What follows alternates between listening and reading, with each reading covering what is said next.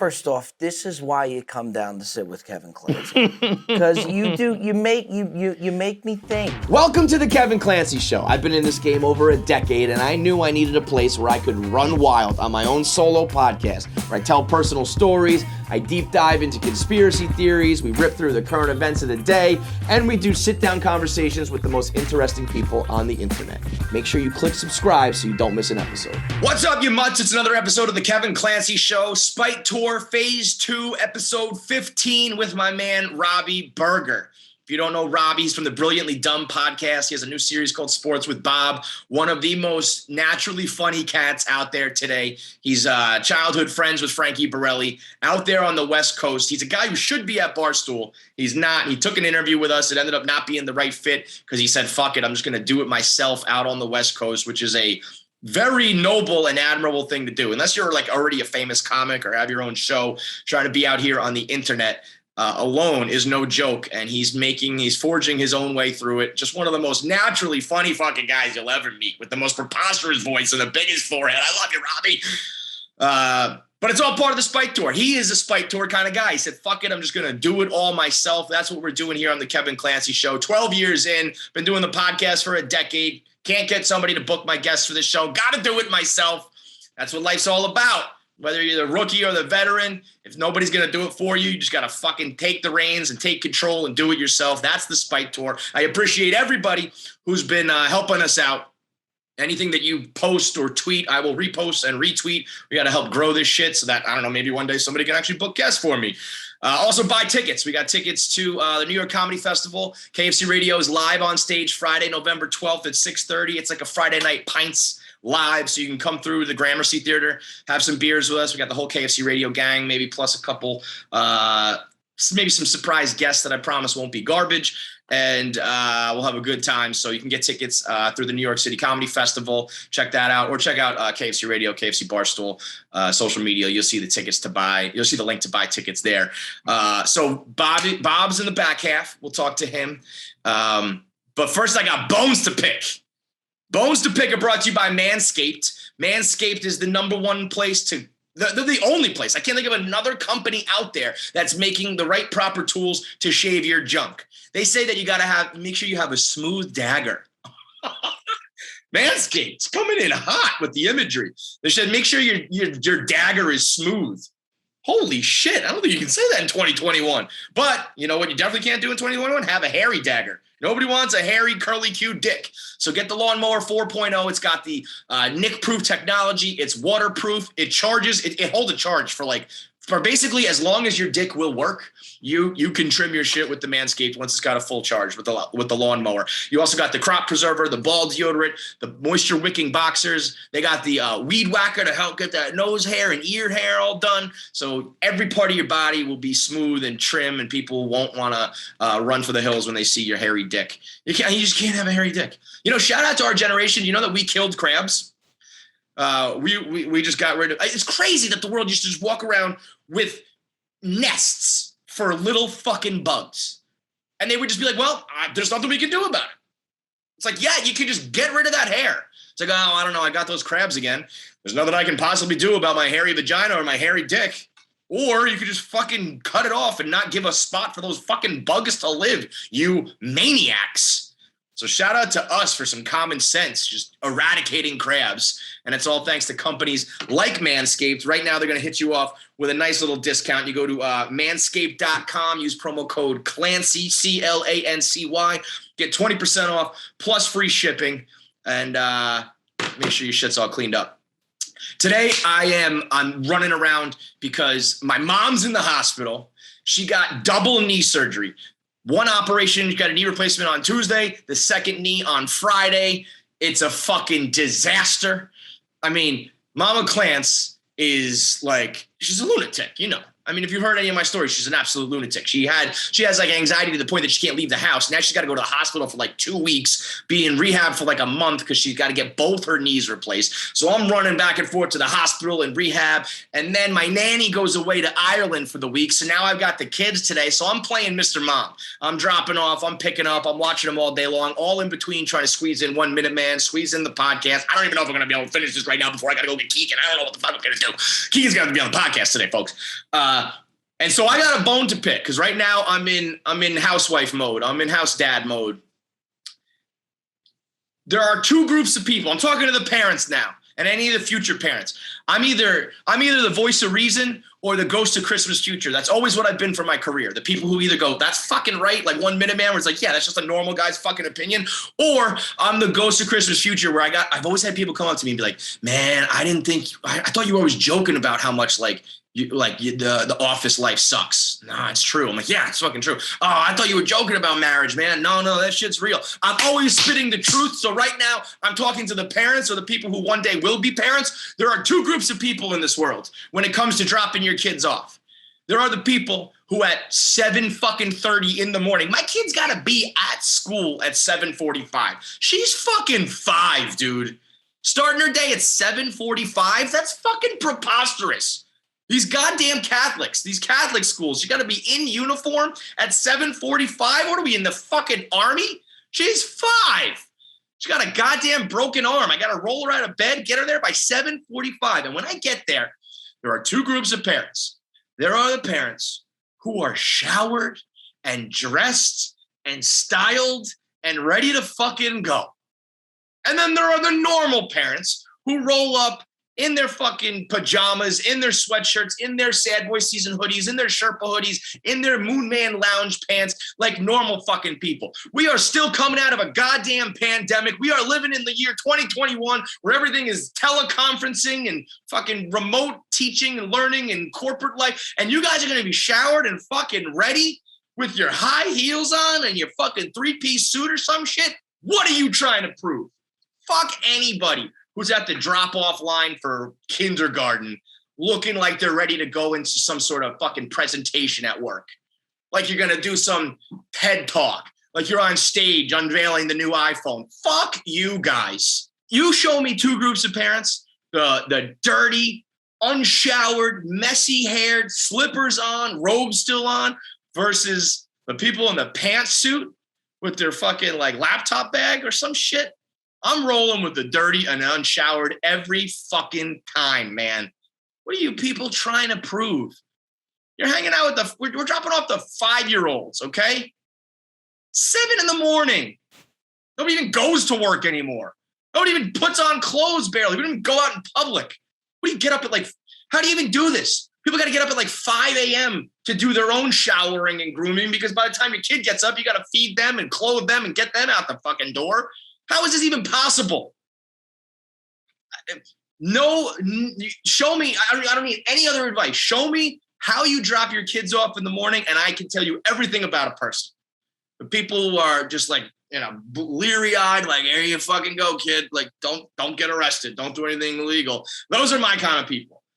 You got the other people who are giving kisses goodbye while they make sure everything's perfect while they're all put together. And they got, another thing, I sent my kid to school today with her lunch with fucking ice packs in the little lunch bag thing to keep everything cool and fresh.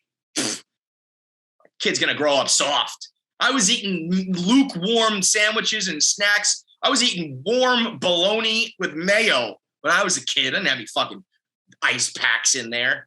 You got these parents who are all prim and proper, worrying about everything.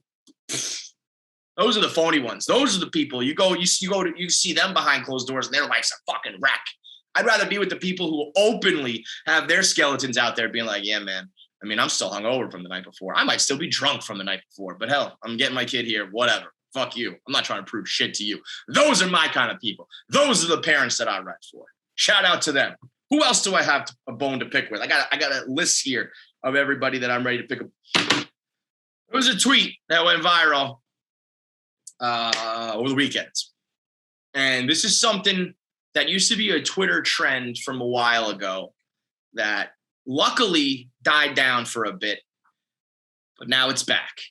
And this is the pity Twitter, the pity party Twitter. I can't stand it. It used to happen a few years ago, and it was like, I invited all these kids to my son's 4th birthday party, and nobody showed up. And then the internet would be like, yeah, and that's pretty depressing. That's just bad parenting. Honestly, you throw a birthday party for your kid and nobody shows up, that's not on the kid. I mean, your kid, that probably means your kid kind of sucks or is smelly or is, annoying. Nobody wants to come, but they're 4. They can't fucking, orchestrate their own social life. They probably wouldn't have thrown the party in the first place if they knew nobody was going to fucking show up, Mom. Now I look like the asshole at Gymboree with no fucking friends. I'm going to eat all these little tiny slivers of pizza myself. I'm going to eat this ice cream cake all by myself, Mom. No, we should have just canceled this thing because I don't have any friends. That's bad parenting. That parent has got to make sure that some fucking kids show up, at least a couple. Jesus Christ. But like, it seemed like every other week, probably like 4 or 5 years ago, it was somebody alone. Oh, I had to sit alone. And then like they would get like 100,000 retweets and everyone on Twitter would be like, I'm here for you. You're not alone. Like, I'll go to a party with you, or I'll go on a date with you, or I'll be your prom date, or whatever the fuck it was. And it was just like, it's not what the internet's for. The internet's for, fucking bad shit, for porn and narcissism and arguing and fighting and all that shit. We're not here to make each other feel better. And then that died down. Because the world went to shit, we all decided to hate each other. We became as divisive as humanly possible with politics, and we all just want to tear each other down until this world explodes. And that's really the way it should be on the internet. It reflects real life. But I saw a tweet that went viral this weekend. I don't even know where it is anymore. Let me see if I could pull it up, because I replied to it and I just didn't give a fuck. Because we went back all the way to pity party Twitter for this fucking college professor who threw a essay writing party and no kids showed up to it. And the internet was like, oh my God, this is so sad. I would love to learn. Here it is. Mark Luchter, I don't know.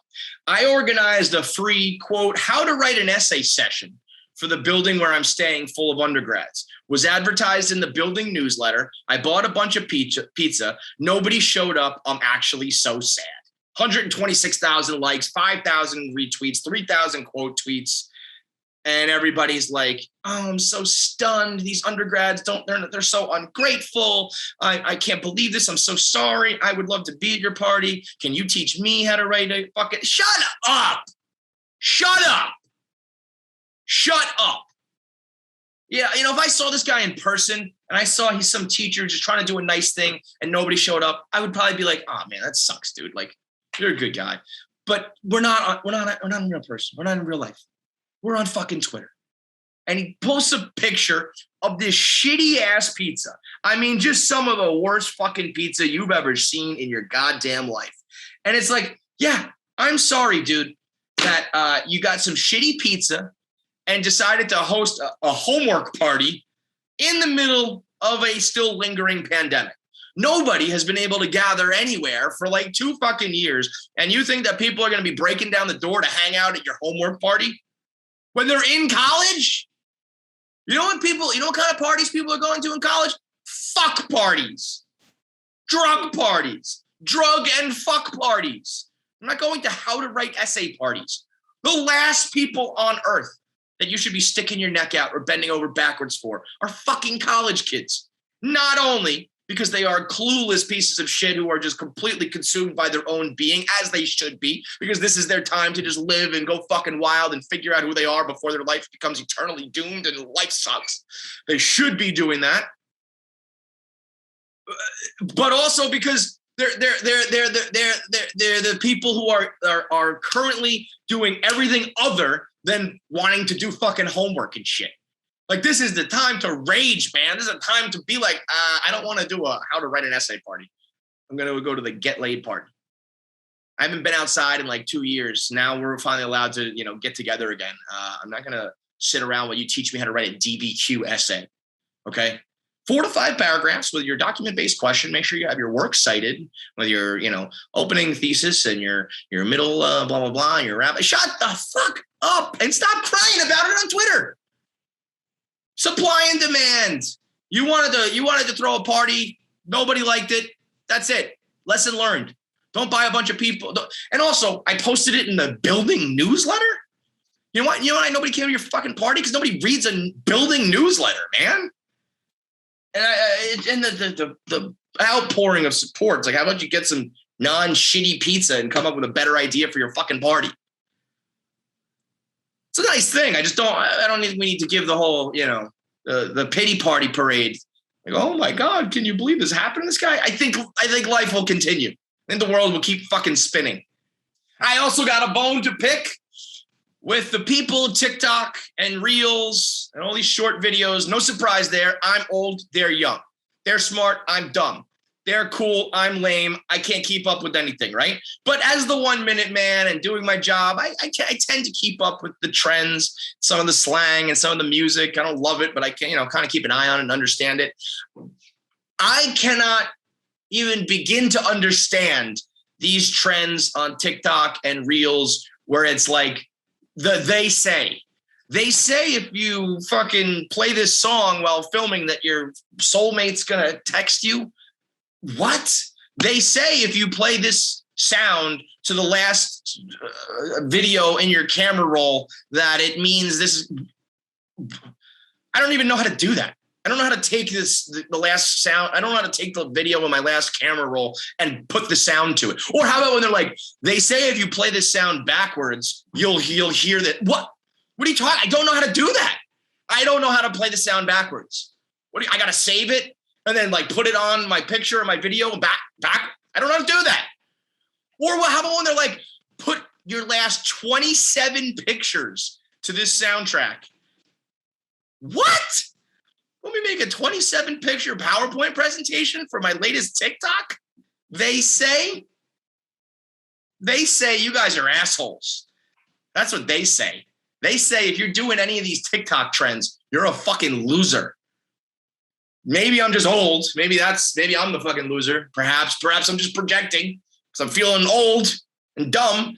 But they say, or the people, how are there people still on the internet doing smile, blow up your eyebrows, drop your smile. That's your model face. How are people still making those videos today and thinking it's funny? Like, I pushed the person out of the video. I pushed them in the face because I'm doing my model face. Jump off a bridge. How about that? Or the one they say, if you open up your hand and play the song, your guardian angel will close your hand. It's just because your fucking fingers close. You dumbasses. And I can't even tell. I'm sure most people know that, but I actually think a bunch of people believe these dumb fucking trends. And don't get me started on the Island Boys. I'm an island boy. See that? These two fucking assholes, Fly Soldier and Red 4X. I got the biggest bone to pick with these assholes. Fly Soldier and Red 4X. Have you heard of them? No, you haven't. If you have, turn this off. Unsubscribe, unfollow, unlike. I don't want you. I don't want to know you as a person. I don't want your money or your support. Get the fuck out of here if you're down with Fly Soldier and Red 4X. These guys look like, close your eyes. Remember Rugrats? Remember Cynthia? She was a doll for Angelica. That's what these motherfuckers look like. Spiky hair. They look like a Tim Burton character from Nightmare Before Christmas or Edward Scissorhands or some shit. These fucking kids go viral over the weekend for their video where they're two twin brothers who look like Trippie Redd or what's the fucking one with the diamond in his head? Lil Uzi Vert. Tattoos everywhere. Dumbass haircuts. White boys pretending to be Cuban, pretending to be rappers, pretending to be like island, Jamaican, reggae vibes, just mumbling in a hot tub. I'm an island boy, gonna my sound. I'm an island boy, I'll be by and kill yourself. These guys fucking suck. They suck as human beings. If you saw them go viral, a bunch of people were making fun of Florida. A bunch of people were clowning on them. Nobody knows who they actually are. I, of course, do some fucking research on these assholes. Find out. One dude was like caught on Instagram with his girlfriend with a bloody lip while she's punching him in the face and he's crying. And she's like, look at my lip. You busted my fucking lip. You're violent, you piece of shit. We got that from one guy. We got a bunch of other people saying that they snitched to the police. They are the worst musical acts of all time. And the reason I bring it up is not even because I'm mad at them. They are bags of shit. They are human fucking garbage. No talent, zero redeeming qualities. No reason anybody should ever put them on or like them or give them money or anything ever. But this is what we've cultivated. This is the world of rap now. Because It started with some mumble rap and trap music, and all of a sudden it morphs into something that we fucking completely lost control. Rap music today is Jurassic Park. Jurassic fucking Park is rap music. We were good. We had rap music. It was like going to the zoo. It was fun. There were animals. People had a good time. And then it morphed and became modern, and we turned it into Jurassic fucking Park, where we mutated it. And we took some DNA from this part of the music, and we took some DNA from other parts, and we warped it, and we blew it up, and now it's out of fucking control. And we got the Island Boys running wild like the fucking T-Rex and the Velociraptors. And John Hammond's like, what have I done? And that's everybody who created this new generation of quote unquote rap music, from the mumble rappers to the trap music to the whatever the fuck these guys are. The Zanny rap, SoundCloud rapper vibe, all of those people, the worst. And this shit goes viral. I guarantee you these guys are going to be on the top of the charts when they make an actual song called Island Boy. Because this is actually what people like. We have nobody to blame but ourselves. Nobody to blame but ourselves for the fucking Island Boys. So I got a bone to pick with all of us. Not me, not anybody over like 30, but everybody fucking else. The worst. All right, before we get into Spike Tour interview, one more segment here. I saw what I think is one of the funniest memes I've seen in a long time that I had to just go through. So this is brought to you by Roman. Roman's out here trying to save your dick, trying to make sure your dick is on point, whether that means getting it hard or making sure that it lasts long, or if it's about your skincare or about your health, your hair, anything that is helping out men's health. Like I said, I am basically washed up middle-aged dad now. I'm going to need all the fucking help I can get. So I have no shame in being like, I take the pills so that my hair grow. I eat the gummies to make the hair on my head shine and stay put. I take the pills to make my dick hard. I use the swipes to make sure that my dick lasts. I take the pills to make sure I don't get wrinkles. I mean, I will do it all. Any prescriptions, any supplements, anything from Roman to make me be a better man, I'm doing it. Everything else in this world you take to be better. And all of a sudden guys get all like, oh, I can't. I understand the dick. The dick is one thing. It's like, it's kind of embarrassing if you can't get your dick hard. But like your hair, you're embarrassed to take a pill to grow your hair? You'd rather just be bald and natural? Okay, loser. And then people are like, oh, but I can't get hard. It's like, well, you're not going to need to get hard if you don't have a fucking dick, if you don't have hair on your head. So let's not put the cart before the horse on this one. Anyway, once you can sign up for all these prescriptions with real doctors, all of that. But most importantly, non-prescription, yet still FDA approved and scientifically proven to work, are the Roman swipes. It's a little moist towelette. You open it up, little towel, you rub it on your dick, numbs you up. You can still feel it, but you last that much longer. It just gives you enough more time to like do a new position or make sure your partner comes or whatever. Make sure you get to like, past, the introduction if you guys are filming it. So it's the secret to long. It's not a secret. They say it's the secret to long lasting sex. No, it's just the product. It's just the solution to long lasting sex. You can get your monthly swipes for just $5, monthly supply for just an Abraham Lincoln when you go to getroman.com/Clancy. That's getroman, GETROMAN.com/Clancy. And get your Roman swipes for just $5. I saw this meme floating around. If you're watching on YouTube, you can see it. Subscribe to the Kevin Clancy Show on the KFC Radio YouTube. You subscribe to the KFC Radio, you get all KFC Radio, all Kevin Clancy Show, all 1 Minute Man, every Friday Night Pints, everything I do in one spot on YouTube on KFC Radio. The meme that says Jo Jo Siwa is taller than Joe Rogan. It says Joe Rogan looks up to Jo Jo Siwa when he talks to her, which is mind-blowing. The thought that Jo Jo Siwa, our bisexual internet queen, who has taken the world by storm with her fucking ponytails and I don't even know what else. Jo Jo Siwa to me is just like the bisexual girl of lesbians. Jo Jo Siwa to me is just a bisexual girl with ponytails. I don't know what she does. I don't know if she sings. I don't know if she acts. I don't know if she dances. I don't know if she's on the internet or on TV. All I know is that she's bisexual and she's got ponytails and she's 5'9", which is taller than a lot of people out here. Like Joe Rogan was the butt of this joke. And it's funny because Joe Rogan is like this ultra macho, ultra masculine, representation of, all that is man. He's a hunter. He's a fucking caveman. He can lift, he can fight, he can kill. And that's all true. He still will absolutely whoop your ass, height aside. But it is funny in this world where girls won't even swipe on your dating profile or give you a date or look your way or let them buy you a drink for you if you're not, 6 feet. And Joe Rogan standing here at 5'8" saying, "Hello, Jo Jo Siwa," looking up at JoJo. And so it's not just Joe Rogan. I ran through a list of people in this world who are shorter than Jo Jo Siwa. It's an astounding list. And it's hard, people don't, you don't see many people in real life. It's all on the internet or all on television or all in the movies. And then everyone else in Hollywood or everyone else who's famous, they're all short too. So you don't recognize it because they're not standing next to anybody tall. And then you realize that all these people who you're fucking intimidated by or afraid of, or you put on a pedestal, if they walked in the room, you'd be like, "Oh, hello. Hi, cutie.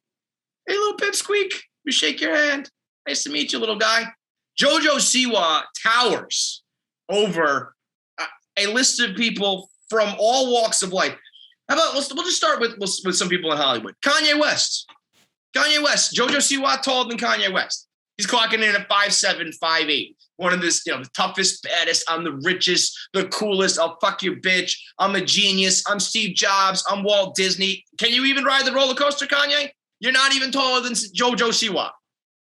You've got Eminem, the baddest motherfucker in the world, a cool little 5'7". Jadakiss, Nas, all your favorite rappers, none of them tall. Jay-Z 6'2". It's about it. Everybody else, itsy bitsy. Yeah, they'll fucking shoot you and kill you. Yeah, I'm not fucking with D-Block. No, I'm not going to say this to these guys' faces, but facts are facts. These guys are 5'6", 5'7", 5'8". How about Iron Man? Robert Downey Jr.? Yeah, what's up, Jo Jo Siwa? How's the air up there? Let me tie your shoes for you, JoJo. I'm already down here. I would have guessed Robert Downey Jr. is at least 6 feet tall. Barely 5'8". Tom Cruise, notoriously tiny, doing all his stunts and all that shit, 5'7". Zac Efron, barely cracking 5'6". That one we all knew. Zac Efron's been short for a while. We all knew that one. You know who was a surprising one? Scott Caan? I don't know how to say his name. James Caan's son, I think, Scott Caan. He's been in like Ocean's 11 and all that shit. He's like pretty like brolic, dude. 5'5". I mean, we're talking like Hobbit level. Talking like Jo Jo Siwa will put you in his back pocket. Tom Holland, Spider-Man, midget. Bruce Lee, Jet Li, karate fucking masters. They're like 5'6", each of them. And don't even get me started on history. Joseph Stalin would walk in the room and be like, "Holy shit, Jo Jo Siwa's fucking gonna back me down in the post." Joseph Stalin couldn't get a rebound playing Jo Jo Siwa in 21 if his life depended on it. Hitler was only 5'9". Hitler's eye to eye with JoJo. Hitler fucking almost killed the entire world. And you know who actually killed the entire world? Genghis Khan. He was 5'1". Genghis Khan is known to have raped and pillaged the entire planet Earth. He's like the grandfather of something like 60% of the whole fucking world, and he was barely 5 feet tall. How does that happen? How is that even possible? It's like, yeah, we know the Danny DeVitos of the world are 5 feet tall, but Genghis Khan's barely cracking 5 feet. Jo Jo Siwa you would think that Genghis Khan was Jo Jo Siwa's son. You'd walk around and be like, "Oh, is that your mommy?" And he'd be like, "Actually, I'm the most ruthless rapist and dictator murderer of all time. Thank you very much." Alexander the Great. His name is the Great. The toughest, baddest motherfucker in that age. 5'6". All of these guys looking up to Jo Jo Siwa, the baddest bitch in the game. So just to rethink your frame of mind. All the short kings out there, do your best. Just know that some of the top dogs in this world, though, if you ever rode the elevator with them or were in the room with them, it would be so intimidating if you're, an actual adult male. Shout out to Dave Portnoy. I don't know. On a good day, he might be taller than her. On a bad day, he's shorter than Jo Jo Siwa. I'm not too sure. That depends on like which side of the sidewalk he's walking on the slope. Is he on the upside or the downside? Let's get into it. Robby Berger on the Spite Tour on the Kevin Clancy Show. Enjoy it. Make sure you subscribe on YouTube. Leave a comment below or tweet at me, DM me on Instagram, whatever it may be. Let me know who else you want on the Spite Tour. At them, tweet at them, DM them, try to connect us. I want to get everybody on the tour, everybody on the show. And so let's do it. Robby Berger on the Kevin Clancy Show. Enjoy. All right. Kevin Clancy Show with Robby Berger.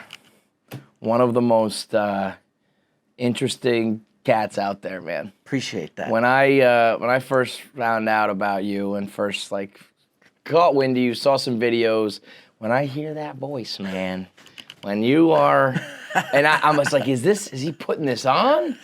But it's just how you talk, huh? You know, it's fun. We had Riggs on my podcast, and he came on, and before we even said a word, he comes in, he goes, dude, love your voice. Yeah, I was like, all right, we're running. There's something about it, like, it's unique, it's different, it's funny, and it's just how you talk. Yeah, it's very East Coast. Yeah, as I'm sure you can hear now. I love that.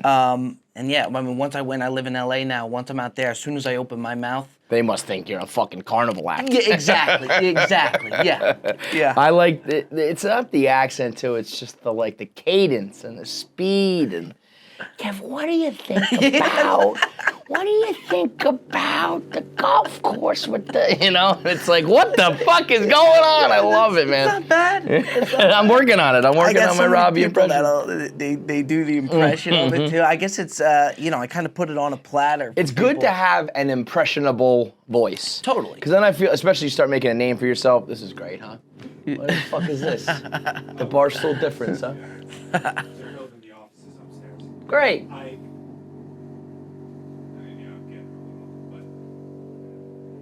I guess that's what you get on floor 2, I guess. I mean, the Barstool difference. You think that'll be going on the whole time? Probably. How bad is it? It's not very noticeable. Like these mics are good. Where it's Okay. when you're talking, We'll power through it. Leave it in there. You, hey, Robby, you know, buddy, you try to plan and set things up, and this is how it goes. Should we do 6:30? I mean, unbelievable. Wrap up and go have dinner and come back. I honestly, if I didn't have my kids tonight, I would probably take you up on that. But the impressionable voice I say is good because when you start to make a name for yourself, people do you and know you. You get the TikToks and the lip syncing and all that. Sometimes I feel like my I don't want to call it skill, but my appeal a lot of times I think is I'm just like average. I'm just medium. I'm middle. I sound that way. I look that way. I talk. I act that way. And sometimes I wish I had a little something that separates, And I think even just something as silly as like having a funny, different voice or style of talking makes a difference. Yeah, you know what too? But what you do have though, you have you still have the East Coast. Yeah, I do forget that because I've been East Coast my whole life. Yes. If I left and then it would be more prominent. If you took a trip out to California and as soon as you start talking, people would tell. Plus, you got the mannerisms too. Yeah, and I'm a loudmouth fucking idiot. Yeah, and you what's crazy with you is the 1 Minute Man thing. It's like that's really you too. Yeah, it's just you kind of how you're normally flowing. That's why I like it too, and everything I do, but specifically that. I love the guys who do a character and have an act and a name and a look and all that, but you gotta do the character all the time. Where it's like, I've always said, I'd rather, if my ceiling, let's say if you do a character, you do this whole thing, your ceilings is here. And I'm just kind of myself, but my ceiling's here, Right. I'm okay with that because me trying to put on an act, my ceiling would be here. You know what I mean? So it's not as high, but it's higher than if I tried to be something I'm not. And at the same time, then you kind of feel the need to be on. Yeah, and that would drive me crazy. Even if you go out, you see somebody, that recognizes you, then you almost feel the need, okay, now you got to take it back up to here. Yep. I can You're just be a one-way myself, street, and that's what they. Yeah. I really do. You have probably been you have been the biggest supporter of 1 Minute Man, and I really appreciate that. I mean, everyone I post here in the comments and stirring it up and reposting it, and it's been you and Nick and everybody, like, I sometimes forget that, you know, what we're doing here is pretty successful and pretty big. And I'm a candle in the sun sometimes. I feel like I'm around Dave and part of my take and spitting chick with some of these Call Her Daddy, some of these monster acts. But then, you know, hearing it from a guy like yourself, who I really respect because you do it on your own, man. I mean, you've done it on your own, and that is not easy. Like, I kind of did it. I feel like I could have done it like when I did it. You know, I got in 2009. If you told me now, I got to like start from scratch and differentiate myself and find a way to get followers. And I don't think I could do it. You know what's amazing too? It's I don't have a hook. Yeah, it's like well once as you grow, like you always set a goal for yourself. Okay, I want to have this amount of followers, whatever. And then when you get there, it's you don't really get like that. Like, okay, like I made it. That moment. sense of accomplishment. Yeah, like you know, I always thought that would come. Okay, you hit 100,000 followers. Like, okay, now like it's like. No, because then it's just like on to the next thing. So you have just broached my favorite topic in the world, and I talk about it probably too much, and I use this example too much. But my thought of it is always I say to enjoy your swimming pool, and I mean that at least when I was younger and a kid, I'm like my goal is to have a nice house with a pool, swimming pool in the Gotta back. have it. Beautiful pool, right? And everybody I've ever known who had a pool, at any time I've had a pool, I never swim in it. No, I rarely ever use they it. don't use it. And it's like, well, then who fucking cares? Yeah.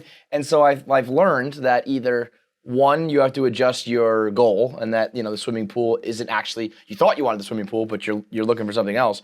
Or two, enjoy your fucking swimming pool. Swim in the pool. Use it. I'll take it a step even lower from the swimming pool. When I was out in Los Angeles, I didn't have air conditioning. Oh, It was, Kevin, I couldn't what have. does that mean, brother? I couldn't have anybody over. You can't just get yourself a window unit? The thing was, I got such a good deal for what I had. Yeah.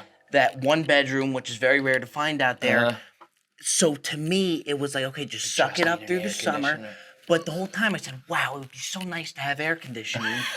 Then I got a new apartment, and now I'm used to the air conditioning. I don't appreciate the air conditioning the way that I normally would. I know it sounds crazy. No, it's not. That's not crazy. But it's. I mean, let's call a spade. Air conditioning is a basic human right at this point. I agree. So great air conditioning in here, by the way. It comes and goes. It's a big point of contention. Yeah. Earlier this summer, right when the weather starts to turn, they don't really put the AC on. This place was a fucking sauna. I was literally pouring with sweat. I was pouring water on my head and everything. Yeah, see, that's tough, And then I tried to throw a diva tantrum, and I was like, I'm the talent. I need some air conditioning. And they came and fixed it. But you know what, But you need that. It's good to have. My version of that was when I was an accountant. I was like, I just got to get out of the Q-bunky life. And that one has stuck with me. That one I do when I get down, when I get stressed, when I forget about, you know, the big picture, and I'm like, this is hard, or I hate this job, or whatever. I'm like, the goal was to get out, and I got out. And everything else is icing on the cake. And there's been a lot of icing. A lot of nice icing on the cake. But I do think of that every time. And so, you know, that air, you know, you gotta have your air conditioner. You gotta find your air conditioner. Yeah. You gotta find your air conditioner. But even like me coming in here, I came in here, I've been watching Barstool a long time. I come in here, and it's like amazing to me. I'm in awe. And even you were kind of seeing me like looking all around. And even to you could tell you were like, yeah, this is pretty Yeah, cool. well that's a good reminder too. It's like isn't it such a bitch how much human nature is to just kind of forget or take it for granted, or everything becomes your routine. Like again, if you told me when I started that we'd be in this place and I'd have my own studio with people painting murals and designing rooms for me with all this equipment and shit, and the guests coming through, I would have been like, I made it, and that's it. If that's, hit the lottery. Yeah. But it's just work for me. This is where I come to work every day. And it's the place I complain about the air conditioning. I complain about the this and that, rather than taking it and being like, this is unbelievable. And I think part of that is, ambition to never get complacent. But there's a fine line between like, I'm ambitious and I'm the grass is always greener and I'm taking things for granted and all that. And you got to find that sweet spot, Right, but at least you could realize it too. And like you said, just kind of finding that space as well. But yeah, man, even for me, I kind of same thing like you with the accounting. I was working in hotels, and what were you doing? I was a guest services manager. Oh God, at the Four I'm Seasons. just thinking of you in like the polo with your shirt tucked in. How can I help you? I used to just walk around. The ice machine is down the hall to the right. That's hilarious. I would go nonstop. I would just be on the floor talking to guests. I bet you're good at that though. I was very good. Yeah, I was very good. yeah. I was terrible academically. I was a disaster. But with the hotels, you really didn't need to have that great of academics to get into like Sales, a baby. It's a sales type job where you're just selling. You know, you're not literally selling, but you're selling something and you're selling yourself. And so wait, let's back up then. So you're an East Coast guy. Yeah. Born in Jersey. Born in Jersey. Jersey. Go to school out here? What? Did you go to school? Went to school at FIU in Miami. Okay. So a little all over the board. And then did you you went right to LA or what? You stayed in Jersey for a while after school? Were you like, I'm gonna make it? Where's the Four Seasons, by the way? So what I wanted to do, it was in Beverly Hills. Okay. So what I wanted to do, my cousin was the general manager of a really nice hotel out in Beverly Hills. Mm-hmm. And I saw the life he had, the connections he had, sitting courtside at the Laker game. Glamorous, huh? Yeah, and you work at one of these hotels in a spot like that, everybody you meet there's somebody. Yeah. And so you're shaking a lot of hands. So I would always watch kind of how he was doing it, and I kind of thought to myself, I could do that. And especially me, not academics out of the picture, like with hospitality, you either have it or you don't. Yeah. You have it or you Absolutely. don't. So I always saw him kind of living that life, shaking hands. I always thought, man, I could do that because it's just talking to people. Yeah. It is funny to glamorize the idea of like, it's not on, it's a good one. It's an underrated one, but it's not usually on people's list. GM of the hotel is what I want to be when I grow up. No one's putting that on their kindergarten when I grow up. I want to be, you know what I did? I put, I want to be a baseball player. Of course, that has to be. Or I wanted to be a gas man. Because when I was a kid, this is back when everything was still cash, the dude pumping gas always had a lot of money, and I thought they were rich. So I was like, I want to be a gas man, which A, shows I'm a little bit dumb and didn't understand what's going on. B, shows I'm a little bit money driven, because I'm like a 6-year-old being like, I want the green.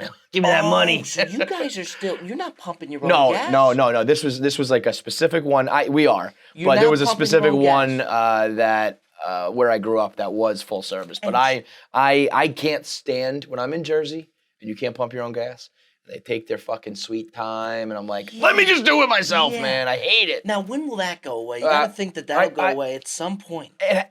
It's Is there the biggest waste. Is it a union? It must be that they can't get rid of the job or whatever, right? They still need people to pump gas. It's crazy that I think it's crazy that we're even still like pumping, that you don't just pull up and something, mechanically does it for you. It's crazy. I can't imagine. Yeah, and I forgot about that. Jersey, you don't have to. Oh, look at this East Coast guy already forgetting. I know. Already forgetting his roots, man. It startles you if they come by you now, Oh, I can't believe you already forgot where you came from, bro. I know. All right, so you got GM of the hotel, and you want to go out and do that. And does he kind of give you the hookup? He did. Yeah. He gave me the hookup to the Four Seasons. He was going to take me to his hotel, which was like the most luxurious one. But he's a bit of a bulldog, and it wouldn't have worked out because he knows I like to kind of fool around. Oh, yeah.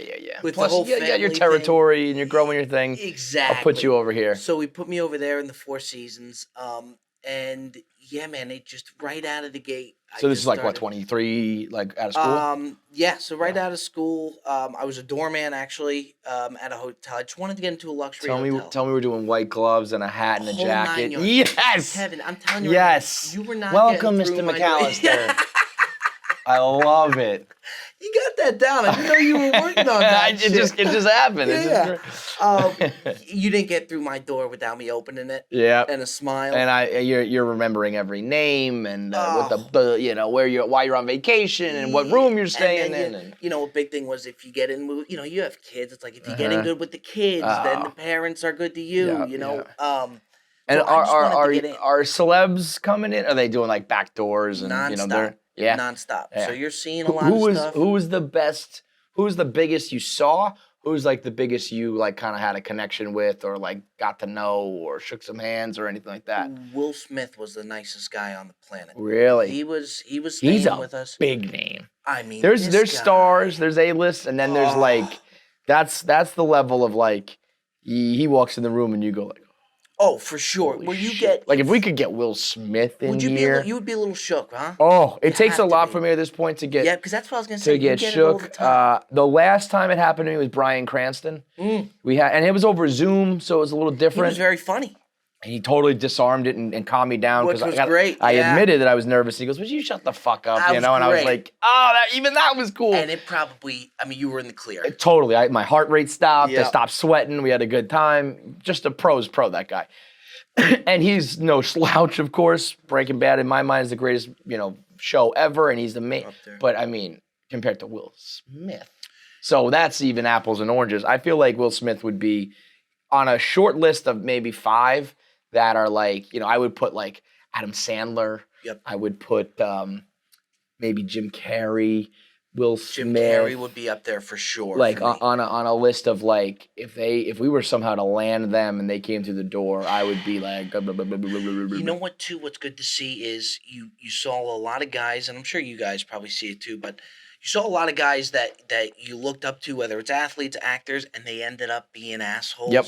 And it just And he's a cool guy. deflated you. Because he went a little was- Scientology for a minute there. He did. It got a little But I concerning. almost feel like he recognized it and came Reeled back. it back a little bit. You're right like, about that. Like when you if you've been in a relationship and you break up, you get out of it and you kind of go like, oh man, that girl sucked. Like, how come you guys didn't tell me, or how come I didn't notice it? When you're in it, you can't see it. I feel like that was his Scientology You're trip. so right, because he was kind of a little bit getting away from us. And the but movies he he's came right doing back. weird, his kids were getting weird, and then all of a sudden he's like, let me make funny Instagram videos and like, and it was like Yes. back. And he's just got, there's an aura about him. There's a certain swagger to him. You don't really hear any bad stories about him either. I wonder if that's, he was kind of like The Rock before The Rock, if you ask me. Yeah. Like, who didn't like Will Who Smith, doesn't?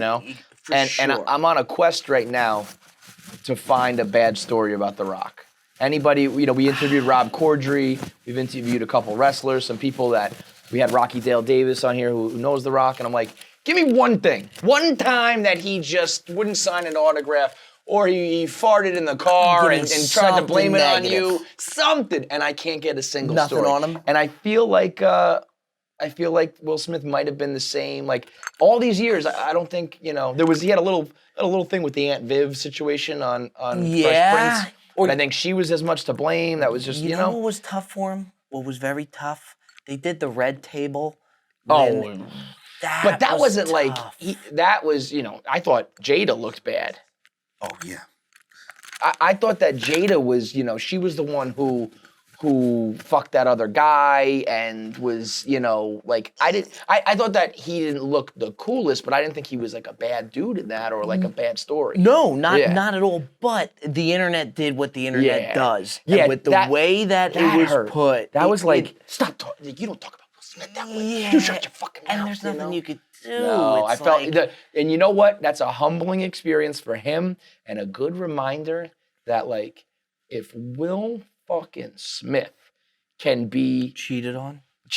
can be the, when they say there's every day there's one star on Twitter and the goal is to never be the star, never be the focus. If even Will Smith takes his turn in the blender where he's getting cheated on, he's getting clowned, he's, Jada Pinkett's fucking some R&B singer instead. And the same thing, and the other way with girls, with Beyonce. Jay-Z, even that's another Beyonce can one. get cheated That's on another and one. get Good for you. publicly embarrassed. And I like how you did it both. Right, because it goes both sides. ways. Goes both sides. Goes But I both mean, sides. if it can, so if you're ever down or being like, wow, I'm a fucking joke or I'm getting made fun of, I went viral for the wrong reasons, it happens to literally everybody. Even the cream of the fucking crop, man. And you know what? It's just, anybody could be in the line of fire at any given time. That's kind of what makes it fun, though, It is. It's like, Will Smith, is. it can be on your level for the day, and maybe you go viral and you're on his level for the day. Nowadays, too. I mean, Yeah. they can go like that. Oh, real fast. What I think you guys have really wrote the book on, though, and I said this when you came on my show, is you guys have wrote the book on, you do a great job of it, Dave has done an unbelievable job of it, owning it. Yeah, Because once you take it on the chin, it's so hard to do, I guess, but it's so clearly the right play. yeah. And I can't believe how many people still don't do it. And do you know? feel, you got to feel good when you do take, in a way, you kind well, of like. you have to understand that what you're doing is like almost like a tactic. Like when you put your hand up and say like, yeah, I'm a dick, your natural instinct is defend yourself. Right. And when you have done something that's either actually indefensible or I can defend myself, but the internet won't let me because the internet just wants to make me the butt of the joke. And no matter, I could come with the receipts, I could have the evidence, the examples. They want to clown me. So just go through the fire instead of starting to try to block the fire. And when you're in the fire, it hurts, it's hot, you don't like it. But understanding you're about to come out the other side. Yeah. And it's the smart move. And then it feels good. But it takes a very seasoned veteran and an experienced asshole to go through it and know this is the best play. It is by far the best way. And I really think, too, Always. T, that you guys have kind of wrote the book Yeah. on that, of just being able to take it on the chin. I think writing the book's a good way to put it. Like, there's not many people that do you know Ross Bolin from, he used to write for Total Frat Move when they were around, and now he started Bolin Media. He just does, blogging, podcasting, all that.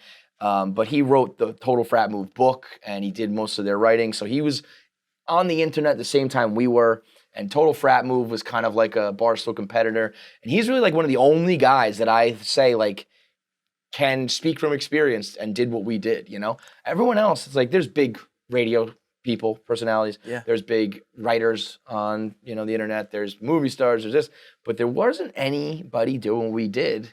And so I was like kind of blazing the trail. And even within Barstool, Dave did it this way and Dan did it this way and I did it this way. So I'm like really writing my own.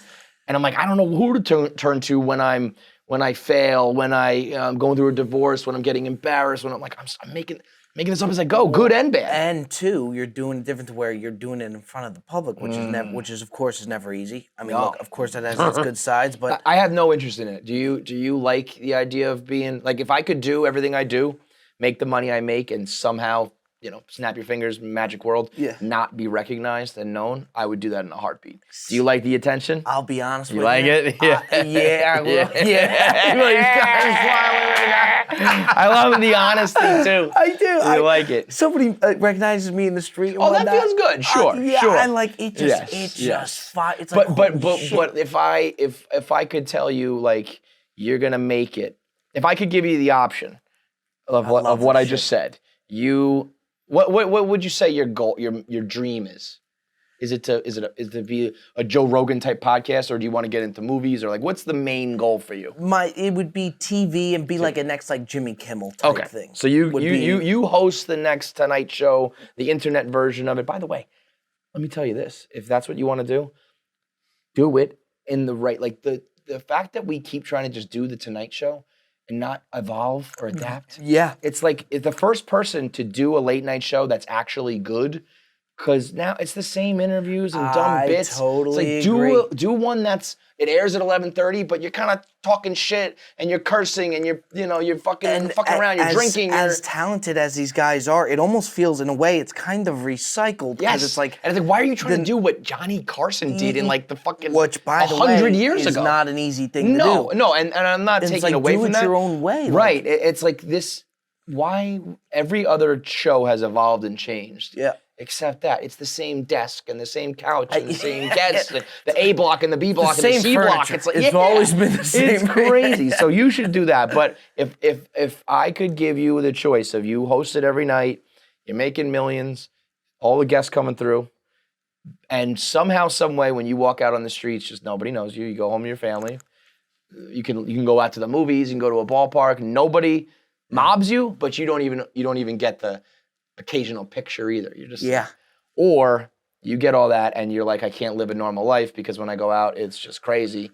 Do you want the attention or not? First off, this is why you come down to sit with Kevin Clancy, because you make me think. You know the hypotheticals are. Some people think of it as a crutch and a hacky thing. I think it's amazing because I think it scratches the. I love it. Whether it's bizarre or something like this, I'm going to be honest with you. I'm going to be dead honest with you. Okay. I would take to where I got to go out and I would get money. Yeah, and, I love it. I'm being, because a big reason of it for me, and this is the God honest truth, the ability to be able to make somebody's day by just saying hello. Yeah. Or just taking that part is cool. And to see that, and not to say to me that it happens all the time, it does come up from time to time for sure. That to me is like the most. You just can't beat that. It's a cool feeling, In the beginning, it's very fun because it is this level of like ego, and you're like, holy shit, you know. Yeah, here I go. Yeah. And then when you first get the like, you helped me or like you got me through a tough time, that it like always blows my mind. That hits deep for me. I'm like, holy shit, get really, emotional. dude? You know? Yeah, I get emotional. And I really like that.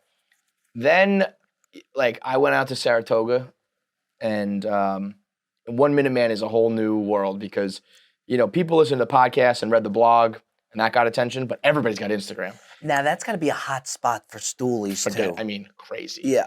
Like, you know, if I go to a hipster spot in Brooklyn, nobody knows who I am. I go to, you know, Broadway, nobody knows who I am. I go to the Upper East Side, I go to Murray Hill, I go to Saratoga, people know. Whole different ballgame. I'm seeing Barstool flags and shit like that, you know. Yep. And I got, you know, mobbed. My friends were making a joke. It was like a communion line. I was like, you know, sitting there. And this one guy says to me, thank you for all the years of giving me endless pleasure. And I said, brother, we got to work on the phrasing here. We got to work on the delivery. This is a little fucking weird, pal. You know, and he's fucked up. He's drunk, and I was like, you know, and my friends we're in the middle of talking. I'm at a bachelor party, having out with my friends, and then you know, and things like that. I was like, I could deal without this. You know? Yeah. So, and this is, by the way, we're talking about a sliver of a fraction of what real celebrities and entertainers go through. You know? Right. Imagine being like a Kardashian or a Kanye West or something like that. Yeah, and that's like a whole different... You know, Britney Spears. You know, I'm not talking about you lose your life because of fame type level. That's Michael a Jackson, Britney Spears, whole Bieber type shit. different ball. But the you do like the pictures and the autographs. You And, know, I was in Nantucket a month ago, and a lot of my following is like Northeast, and the friend that I was staying with, he said, you know, this is a big part of your demographic in Nantucket. Me, I didn't really see that because I just thought it's an island, like, you know, I can't imagine. And people were coming up a lot, and it was just so cool. But the biggest thing was we were on an island. There's no Chick-fil-A on the island, and I'm obsessed with Chick-fil-A. I talk about it in the videos. A kid comes up to me, and he hands me. No way. And the way he slipped it, it was like a drug deal. And he slips me the Chick-fil-A sandwich. Wow. And I'm thinking, how the hell did you get this? Yeah. He said, I flew it in. Get the fuck out. It was the worst Chick-fil-A sandwich I've ever had. I mean, it was probably, so, you know, but 3 hours old, freezing cold. Yeah, it was just like, holy shit, that to me was like the coolest. It's nuts. Well, you know, when you're doing GM hospitality work for a hotel, or even prior to that, were you ever thinking I'm gonna be, you know, famous, quote unquote, or known? Like, did you ever were you a theatrical kid? Did you say, you know, was your senior superlative, you know, most likely to be famous or something? Because some people are either gunning for it or are at least like built for it, you know, like people like, oh, this guy, he could be famous, he could handle himself. Yeah. I mean, I never thought I would be something like that. So I never planned or prepped for it. And then it just kind of just happened. Yeah. So now, and some things I very clearly didn't handle well. Some things I've learned to handle. But you know, when you are like a movie star, you're practicing, you know, when you're coming up on acting or singing. Right. You're like, I'm working on my vocals and shit, but you're also thinking about, how am I going to handle the press? How am I going to handle the fans? Right. And I've got an agent and a team that's prepping you on how to talk and how to. Yeah, the whole I didn't time. do it's any like, of that. I just was like, yeah, if I make it where I want to be, that is going to happen. Right. That is going to be a thing. I never, you know, even when I was doing it, I was like, you know, we were anonymous in the beginning. Nobody even knew our names or our faces. I was like, I could do this forever behind the scenes. And so I never prepared. I never made a game plan. I never said, let's do it this way because when I get this big, you know, like I totally regret putting out as much personal information as I did because at the time I was like, it's good for business that nobody knows me. And then, but you can't put that toothpaste back in the tube once you make that decision. No, it's all out but there. that it does kind of suck because at the time it's like you never thought that. No, I mean, but that's what I mean. Like someone like Dave who was like wanted to be famous and was gonna be famous, like hellbent, probably thought to himself, like, I'm gonna do it this way because when we blow up, it's gotta be like that. Right. And he did put his personal shit out there, he just doesn't care. Yeah. But I'm just saying, if I was a little less pessimistic and a little more optimistic and a little more like, we are gonna make it, I would probably have behaved differently. Yeah, and kind of mapped it out accordingly. Yeah. Yep. I knew that I saw things in a different way. Like again, academically I was never good, but like humor and different, I just saw the world kind of in like a Jerry Seinfeld type of way. Not by any means that I'm comparing. No, of course, but the observational. But like, the observational type stuff. I was I won most likely to brighten your day and then best sense of humor in high school. That's what I mean. At least there was something there. There was definitely what I something won? there. Biggest heart. Is that what you won? Crazy town. Crazy town. Which was basically like, you're friendly to the fat people. I was like nice to the guy who's sitting alone. The Steven Glansberg, I occasionally sat down with him, So, but if you look at some of my, content, biggest heart. Yeah, but you know what though? Like I always say to you, like we were texting, I always say you're an easy guy to root for. Because it's funny you say that though, because some people view me totally the opposite. And forget about just, other certain reasons why. There are people who are just like, fuck, you got a punchable face and I hate your voice and I want you to fail. I'm like, shit, man, I don't know. I'm just kind of out here shooting the shit. I don't know why. Yeah, and you got to be pretty prone to that by now. Yeah, at this point. Are you at the point where, like, you have haters? I'll be honest with you. It's rare that I get it. Yeah. It's very rare. How do you handle when you do? I'll show you. This came in last night. No joke. This I got a kick. I'm the kill 'em with kindness thing. So regardless, follow them back and be like, thanks for the, Because my thing is, no matter what, if you respond and you respond like, you go back at them, you're never going to win. No. That's like I said about the Will Smith thing. It's like, you could come with the answers and the receipts and the evidence, but they want to make fun of you, so they're just going to look the other way. And you're never going to win. You can't convince the haters. The people who like you already don't care about whatever it is the issue is. Yeah. And the people who don't like you are just going to hate on it no matter what you can prove or disprove otherwise. Plus, too, like to me, the kill 'em with kindness, like I feel better doing it because you know that they're going, oh, fuck. Now, I got this last night, I swear to you, okay? You ready for this? I can be pretty vulgar here, no? Yeah, let it rip, man, sure. Randomly came last night, and it doesn't come often, but it does come, okay? He goes, your girlfriend must not have a pulse. How in the fucking world is a woman interested in your little dick slanging, content-stealing, brown-eyed fuck? You're a pussy. Go look at your high school yearbook before you talk back. Money won't make you unugly. I'd love to mash the like button on your fat nose. This is out of nowhere. There was no conversation before, so I responded. Is that a DM or a comment or what? This is a DM. Oh my so I responded, sorry, brother, didn't mean to upset you. The next day, he responds, you're the man. Every time. Perfect response to a miserable drunk troll like myself. I hate that though. I do because too. It's like double stick down. to your fucking guns. Yeah. I wish you wrote back like, yeah, exactly, you little pussy. You don't even have a fucking backbone. I hate the like, LOL, I was just joking. I'd love to buy you a beer sometimes. Like, I would take that beer and I would bottle you, you fucking asshole. Like, and what is that? I should have, like you said, like, no, okay, now who's the pussy now? Yes, I've done that before. I've done that where I'll be like, thanks, man. Like, thanks for the feedback or whatever. And they're like, hey, dude, like, sorry. And then I just write back, shut the fuck up, you asshole. And then they're like, oh, yeah, well, I do. I don't take it back. And it's like, okay, let's go. Because it's like you didn't send that hoping that it was going to be well received. Yeah. You hoped to hurt my feelings and ruin my night. And when I didn't let it, you backtracked. Fuck you. But I like that what you did. Thanks for the feedback. Yes, whatever. Leave it at just that, some little something like. And then boom. Mm-hmm. Like then I call you the biggest fucking asshole in the world. Yeah. I the anonymous trolling. But you know what's interesting about that? Very telling there, being like, money doesn't make you ugly.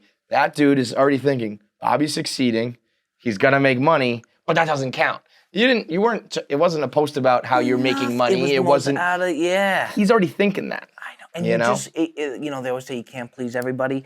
It's true. It's like, and I really am not, I don't do any really, I'm pretty down to, I really stay out of all of that. Smart though, there's two things I really regret. One, I think I was one thing I really regret, one thing I just had pinpointed as an issue. I do regret being too self-deprecating. I think that we, like me and Feitelberg, really clown ourselves, and I think that's my type of humor and my type of friendship, you know what I mean? Yeah. But I think on the internet, I should have been a little more like, we're fucking doing well here, you know what I mean? It's like we clowned and talked down about ourselves to the point that other people started to believe in it and think that too, you know? Right. I wish I was a little more like, it's like I can't make fun of me, you can't make fun of me, you know what I mean? That sort of thing. And then the second thing is not really anything I would I would change. Wait, what was it? It was the self-deprecating. And what did you just say? You said, oh, fuck. What did you just say? That I'm not. Oh, down the middle, yeah. Yeah, I would never change this, but I definitely realized I'm polarizing, and I always give my opinion on every matter because I can't stop myself. And especially when we were really worried about like growing followers, I would say like, I fucking hate Derek Jeter. And I would lose like all my Yankee fan followers, you know? So I would always set myself back, but it would rally like Mets fans or the people who agree with me. Totally. But sometimes I was like, you don't have to give your extreme opinion on every fucking issue, you dummy. Maybe soften it and be a little more inclusive. But you know what though? The only thing I will say though, Kevin, and I'm sure of course you're gonna. I probably thought about you bashed Derek Jeter. I probably would have thought about. Yeah, you'd be like, fuck you probably too. Probably unfollowed you. I told you to go fuck yourself. Yeah. But he's a terrible teammate, Bob. That's the problem. He was a great teammate. He's a terrible teammate. How is Derek Jeter? Tell me though. How is Alex Rodriguez was fucking floundering and needed a lifeline. Needed a buddy to just throw him a fucking life vest and give him a hand when the media was all over him and when he's getting crushed. Never once did Derek Jeter have A-Rod's back. First of all, Derek Jeter should have said, I'll move to third base. You're the greatest of all fucking time. He held his position even though he stunk at it and he was bad in the field. And he stunk. He's one of the worst defensive shortstops of all time. He didn't That's a fact. It's a statistical fact. He's one of the worst defensive shortstops of all time. He should have moved. And then when A-Rod either gets caught with the steroids or he's struggling because he's not Jeter or he's not clutch, never once did Derek Jeter step up like a captain should and say, you know what? Alex Rodriguez is the most talented fucking baseball player of all time. You guys are lucky to even be in his presence. Shut the fuck up. He let that guy drown out there. Let me ask you something. Do you think A-Rod was a good teammate? No. But a captain should be like, I'm going to get the best out of this guy. And the fact that infield only won one championship is deplorable and disgusting. I'll give you that. And Derek Jeter should have been there to get more out of that team, and he should have stepped up and said, get off. When they were calling him unclutch and all that shit, he should have said, are you fucking kidding me? This guy's the greatest of all time. I might unfollow you now.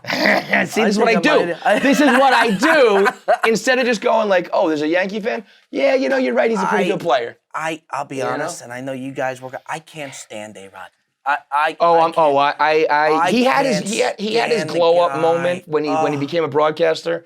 He kind of turned the tides, and then, especially as being a Mets fan, when he was like going to buy the team, and I saw some of his antics, I was like, get the fuck out of here. And by the way, are we going to act like we're surprised about J Lo and him breaking up? That was the most set in stone thing. But how great that Ben and J Lo were back together. Fantastic. The only thing better, if J Lo and Puffy could get back together, then you really get my heart going. That to me is the greatest couple. But that one's gone. That ain't lasting. That one's gone. That one would not last. You know what? Neither is Ben and Jen. Probably not. They are so toxic and so sexy and romantic. They can't stay away from each other. 20 years apart, and they find their way back, and they're gonna fuck each other's brains out, and then they're gonna fight, and there's gonna be a public meltdown, and they'll probably break up, and then they're gonna come back together again. There's some people that just... Have you ever seen somebody fluctuate with about to go through a tailspin and then thriving like Ben Affleck? Ben Affleck. This guy doesn't know what he wants. Especially, he was on the verge of one this time. With the coffee spilling and the cigarettes and all that.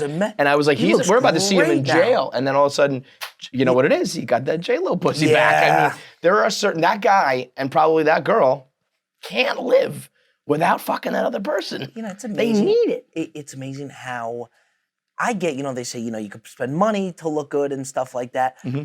The bottom line is to do what she's doing at 52. Did you see that video she put recently on the yacht? That's beyond money. Yeah, and it's like, she got work done for sure. For sure, I believe and she works her ass off for sure. But there's also just something like genetic about it. It's a genetic thing. And also, I do think it helps. People say you get your nutritionist and there's plastic surgery. Then there's like I eat gourmet healthy meals my whole life, and I get the best skincare and all that shit. Yep. But then I think there's just something about your genetics, and I think there's something about I succeed and I'm a boss and I just I crush this life. So much so that I'm going to live longer and look better. You're stressed about things, and so you get fat and ugly and pale. That doesn't happen to me. I own this life. I'm beating life. Yeah, and that's the way that it should be, though. I wish it was that way. I mean, you just don't. It comes very down few to people genes. do. Very few people. Because even there are famous, successful people who get beat down by life. Yeah. And then there are the ones who own life. I don't think it's crazy to say that J-Lo looks better at 52 than 42. I don't think it's crazy to say J-Lo looks better at 52 than like 22 sometimes. You know, you see her on like in living color. I don't think that's a crazy comment and either, it's like she's always been beautiful, but I mean, I would say her peak was like when she first started making pop hits, like "Love Don't Cost a Thing" and the "Tonight" video. Jenny from the Block. She took ass mainstream. Yes. Like there was Baby Got Back, and of course, like white people hadn't caught on to asses yet, but J-Lo was the link. That's great. Because it was like she's Puerto Rican, right? She's kind of white, kind of black, kind of in the middle. Little bit we all can and it was big, but not too big. Yeah. And next thing you know, Ludacris said it, man. The new phenomenon: white women with ass. And J-Lo was the one that bridged that gap between white girls and black girls. Now everybody's got a booty. And it's an amazing thing for an ass guy like myself. J-Lo took ass mainstream. She did, man. That can I tell you? My 18th birthday. I could talk J-Lo all day. I was dating a girl in high school. She was a couple years older. I was a freshman. She was like a junior, sophomore, senior. And she was a firecracker. Yep. She taught me some things in all departments in life. Love this. And she was always, I mean, she was an aggressive one in the bedroom, right? Now, so she's a sophomore? She's at this point, at this point. She's a senior, you're a sophomore? Yes. So she's taking a leap of faith here. Yes. And you look great. And well, I mean, I don't know about that. Oh, I look great because I'm dating an older girl. Yes. For sure. But I'm learning some things in the relationship and romance department that I probably shouldn't be learning for a long time. Yeah. So she's very open about it, and I'm talking to her about. I'm like, I love this girl's ass. Like J-Lo is like doing things to me, like, and she was a pretty curvy girl, and so we're just having these open conversations that I don't think like a 16, 17, and then 18-year-old guy should be having. For my 18th birthday, she got me a birthday cake with J-Lo on the cover of Maxim magazine, wearing like the pink ruffle booty shorts, printed onto the cake. Brings it to my house in front of my mom. Like, here's the cake I got from Kevin. And then you gotta blow it out. I gotta blow out at J-Lo's ass. I mean, what are we doing here, babe? You're saying relight the candle. Would you light him again? Would you? Let's run it back. Let's do it a couple times. Wow, so you were a big J-Lo guy. Huge. Because something J-Lo hit you. guy. When we started talking J-Lo, he pepped up in the seat a little bit. And I love the Ben Affleck, J-Lo. It's an inspiration for the toxic couple everywhere. If you're a guy who's fights, you're fighting and breaking up, and you're like great. you ruin each other's life, but then you're also like, but there's something about them. Just know that maybe 20 years from now, you could get back. So it's almost like break up with them, go live your life healthfully, whatever. And then 20 years later, you might still fuck. Well, it's like one thing when they say, maybe you're breaking up, like maybe down the road. Well, yeah, that never happens. But then it did. Last year, 20 years. And what I didn't like though is the Ben thing's phenomenal. Yeah. The A-Rod thing, you're seeing the kids get involved with the kids. They have no idea the breakup's coming. Yep. We do. It's gonna happen. It's so funny you say that. I don't think that their relationship was put on for the public, but it's it was so family oriented and business oriented. Whereas those two, it's just them on a yacht. It's them in the car. It's just them fucking. Wild. It's about them, And I'm sure she makes time for the kids when it's time. Sure, I'm not saying it's bad, but it's separate. She has the days where the nanny's got it, and she's gonna go. Yes, it's there's Jennifer Lopez. And then there's Jenny from the Block. She's with Ben, she's still on the block. Right. Yeah, she's on the 6 still, I love it, man. There was that, and do you know Vita Guerra? Vita, where's my phone? That might be a little. Vita is that Guerra a before was, my time she type was thing? Not, where'd I pull that phone? Sounds like a porn star. No? Yeah, kind of. She Vita Guerra. She was. It's like the first Italian porn star. She was on Stuff and Maxim and FHM magazine. Is that before your time? Maxim, no. There was two other ones called Stuff Magazine and FHM For Him Magazine. They were the same exact fucking thing. And Vita Guerra was on the cover of, let's say, I'm not sure which one it was. She taught me what ass was. J-Lo brought it mainstream, and then I saw Vita Guerra, and I was like, oh, this is a real ass. This doesn't have the exact picture I'm looking for, but like, you know, you get the picture. Like I do get the picture. And you know what? Right now you have like Instagram brain where like everybody looks like this. Yeah, but no, but there's in like not as the much. in like early 2000s, they weren't looking like this. You know? And I was like that. I was probably. No, this might have even been like late 90s because I was like a teenager still like in high school. It was around that same time. I was like, oh, I'm an ass man. You know, as a kid, I learned I'm into that. Before you blew out that J-Lo candle, you knew. And your parents at that time knew, yes, he's an ass man. Yes, exactly that, man. Exactly that. It was like, oh, okay. I've seen the light. My dad probably got up. My mom was probably like, what the fuck is going on here? Yeah, only with Kevin Clancy, you could go from hotels, you could go to J-Lo's ass. We're talking about me. I'm supposed to be talking about you, but... Yeah. No, this list was great. I mean, look, I love it. I love it. It's a great conversation. Yeah. I could go on for hours, days about that stuff, but... So, all right, so you're doing the hotels, though, and then how do we get into the internet world? How do we get into the content world? What's going on there? Well, so when I was working at the hotels, I was on the side putting out Instagram videos and, you know, for fun, and I would do the comedy sketches, do the Instagram videos and stuff, and it was starting to really build up. Yep. I had a video of me at Riviera, which is a golf course, and I was heckling golfers. Okay. And Bubba Watson, and in a way to where not like I was being vicious, but in like a lighthearted way to the players were getting into it. Right. But that with the intent of like, I'm trying to go viral and make a name for myself and or just like I'm a funny guy who makes funny videos on the internet. Yeah, I knew I was making videos and the video would be funny, but we were so drunk at the event that we didn't know how good it was till we got home and kind of sobered up because we were just having fun out there. That's always the best kind when it's natural, you know. And then it really started to build, but then it got interesting because I'm a manager and I have about 50 employees under me, and they're starting to see my Instagram videos and stuff. And when you come into the Four Seasons, you got to be, you know, look, they let me do my thing, but you got to be pretty proper. So they knew, did you inform them, or there's someone just following you and they kind of pick up on it? It was just one, it's like one after the other. It was like then we get what's going on here. Yeah, and then so it started in a way to kind of be like a little bit of a conflict of interest because, you know, you got people under you, but then you're going out and you're doing these videos and stuff like that.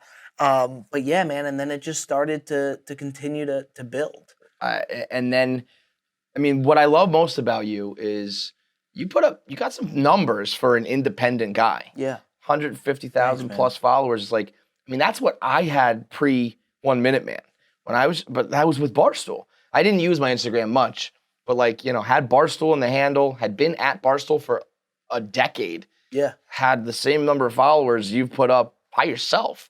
That's impressive. I mean, it's you know, Instagram, it's just cheat code when you're a hot girl or you got some gimmick, but if you're just a average white guy trying to just be funny, you're out there in a sea of like millions, and you know, to cut through that and grab six figures is fucking really good. I appreciate it. And it, you know, it was good too because I had a job and like it was something on the side, so there was never this sense of, oh my God, like I got to ramp it up. This is what I'm doing. Yeah. You know, like it could kind of just naturally come. I didn't have to force it. I know that the leap of faith story is the sexy one. I took my balls and I jumped off the cliff. I didn't have a pot to piss in. I was sleeping on the floor. I didn't have an apartment. That's all well and good. It's it's a sexy story for Hollywood. I think that the more realistic and also the more like impressive way to do it is, and this is kind of what I did when I was working at Deloitte, I like seamlessly weaved the two to the point that it's like I never had a down year where I was eating Kraft Singles for dinner. I was like, I always had an employment, I always had a job, I always had a paycheck, and I snaked it to the point that they overlapped, and then I could ditch the lame one and start the new one without ever having a, you know. When you were telling me about that, I was thinking that same too, and it's like, of course, the story is great when you say you took that leap of faith, but I really do feel like the right way to go about it. Don't ever just like, you know, if you gotta be supremely talented and ultra confident to be like, I don't have a paycheck right now. I gave up my benefits. I gave up and just go. You know, it's like and some people need that. I guess that depends on your motivation. Some people need that to be like, I don't have a safety net. And that safety net sometimes stop you from being ambitious because you could rest on your laurels. I had enough drive and ambition that I was like, this is not going to slow me down. Yeah. But I need this paycheck. Actually, if anything, I probably wouldn't have I would be like, I can't not have a paycheck. I'm gonna go back and get a shitty job. You know, I needed that. So I think if you can, that's the ultimate snake until you make it. If you ask me. When you took the lead, you knew you were ready. Yeah, because you said Dave contacted you. He needed a guy. And but even that for 2 years, I still kept my other job where I was like, this is fun and I like the paycheck, but it's not like good enough yet. And then when it finally was like, okay, this is going someplace. Yeah. That's when that was my pay cut, but it wasn't major. It was like, and that's when then it kind of hit you. I'm sure, like, shit, like, okay, now we go. Yeah. Now, you know, but I wasn't gonna do. He wanted me to go earlier, quit. I'm sure he wanted me to do full time earlier, but I was like, no, not yet. You're not there yet, or you're not paying me enough yet. And then when you finally did, like, okay, now let's do it. When I was working at the Four Seasons, and of course I've been a Barstool guy my whole life. Like, followed you guys since it was really around. Like, right. And Liz came by the hotel. Oh yeah. So Liz came by the hotel, and she was doing a thing with Sean Merriman. They were doing the wine walk. Yep. Yeah, and she just could not have been nicer. And I remember watching her, and of course I noticed her right away. And she could not have been nicer. And I remember I was asking her questions about. I said, you know, I think I could work for Barstool one day. Like, that's my goal. And, you know, of course she was like, oh yeah, absolutely. Like, go for it. Could not have been nicer about it. I was like, you know, I really think I could work for you guys one day. And then she leaves, and a week later, Dave messages me. He's like, hey, you know, I think you're funny. What's next? And I remember being in my office, and I saw the text from Dave, and I was just shook. Holy shit, yeah. It's like, what do you do? Yeah. And what I probably should have done is, like, waited it out, sit a little bit, because he's like, you know, what's your number and stuff like that. And, like, Dave will just run you through. Like, you don't want to go numbers with him and stuff like that. No, but also the waited out game, like I'll play it cool. He probably, you know, I couldn't play cool. No, I don't think you should have. Those, like, Dave will be like, you're going to play cool with me? Fuck you. I play cool with you. You're out. You know what I mean? Like, when that came in, Stool Presidente, after just seeing Liz, too. Yeah, a little serendipity. It was, like, the craziest thing, you know? And for me, I had just moved out to L.A. Right. So it would have been so hard for me now to go all the way back, out of the gate, go back. And it was one of the toughest things. That sucks. That hurts. I had ever. But to see his name come up, oh, my God. So you guys have a conversation. You just moved out, though. Couldn't justify coming back. Just not in the cards. Yeah, what I tried to, like, what I wanted to do was, like, you know, be the West Coast guy, you know, to Barstool, you know, Dave has always kind of wanted to. Yeah, we still need that foothold out there, yeah. Yeah, and, you know, he really wanted me to be in New York City, which I get, because you want to be in the mix, and you want to be. And if I did, and if he did let me do it out in L.A., I bet I would have wanted to, like, be there, be in the mix, watching the no games doubt. with you guys and stuff like that. It was one of the toughest decisions. I do think that's a testament, though, to, like, how well you were doing and how confident you are. That's, like, to turn it down means, like, you know, I'm doing well. I got this thing going. Yeah, but at the same time, too, I just kept thinking, I'm like, Barstool's been my dream. Yeah. And here's Dave's. That's a bitch, though, man. You know, it was tough. Had you got it, a few months or whatever, years earlier, it would have been. It's a totally different ballgame. Yeah. But it's just crazy just how this stuff works, and like. Timing is everything, for better or worse sometimes. Yeah. You know, I always think the story of Barstool is like, you know, even down to the timing of when the Boston championship reign started. Dave was able to sell these T-shirts and do game watches and bars and shit. And if without that, who knows, you know, and the timing of everything. And in that case, you know, the timing didn't match up, but maybe it did. Maybe you end up saying, like, oh man, had I been in New York and New Jersey, I would have taken that job, and then I would have never done, you know, whatever's coming. Crazy. Like, it's amazing how one thing or one decision just completely can change the trajectory of everything. Totally. And now Dave will just be a fucking maniac about it. And, you know, who turns down Barstool and all that for sure. But you know, it was. I mean, to see that name come up after just seeing Liz. And, you know, my manager was like, holy shit. Right. Like, but I love the idea of doing it, you know, yourself. It's like, you know, a lot of people can do it themselves now. It's like, there's so many apps and so many different avenues and ways to go about it where you can just be yourself and be your own Dave, or, you know, no one can be Dave, but no one's making hundreds of millions, but you don't need that necessarily anymore. So, you know, tip of the cap for doing it that way. And so now it's just, golf videos and hanging out with the guys and shooting the shit. We did the whole. I love like the the review, not reviews, like you kind of do a little play-by-play of something that pops up on the Yankee game, or look at this guy in the crowd. He's got You got it, Kevin. You got it. But yeah, it's cool. And you got a fucking knockout girlfriend, brother. Woo. Yeah. Woo. Yeah. She's a little dime, man. Yeah, She's out there on the golf course with you. Are you the golf couple, though? I feel like you're the golf couple people like coming around. Sometimes the girl joins the foursome, and it's like, oh, this guy brought his girlfriend. Well, no, and what's good with her, she sticks with us. Like she can play, right? She can play. She can play. She can hang. She's getting the jokes. She's filming you guys. Cold cuts and you. Cold cut. She'll play from the ladies' tees. Mm-hmm. And I'll play from the blues. And there's times with how good she can hit it. Yeah. She's out driving me. So I go to my ball, and then she's out in front of me. Yeah. And of course she's filming it. Right. Like she knows what she's doing. She does. Yeah. She does. Yeah. Well, you outkicked your coverage in that. I did. And that's a testament to your personality, and you're most likely to put a smile on your face. It wasn't best. Biggest heart. Biggest heart you don't want. Biggest heart is biggest pussy. Biggest heart. It should have said like most friend-zoned guy.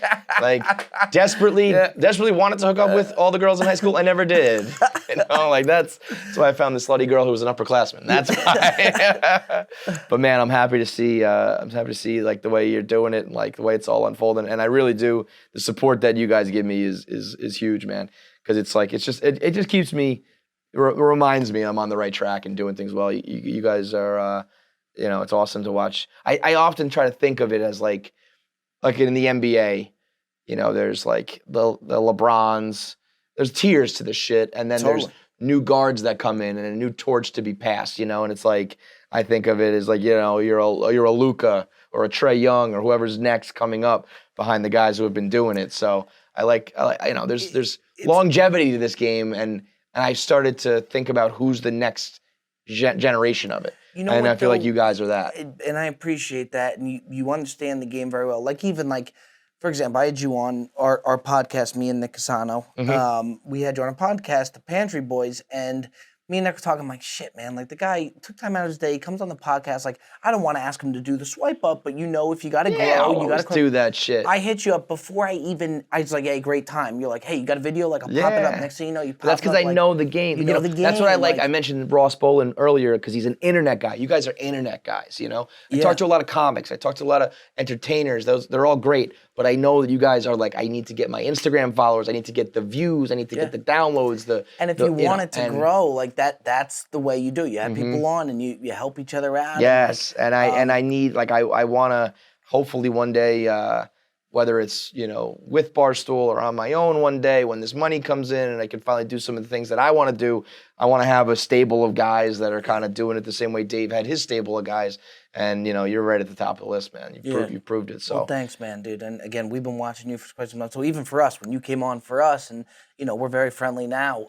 Still, it's like Jesus, man. We've been watching you for the longest time. So I appreciate it. It's really cool. It's really cool. So we got what?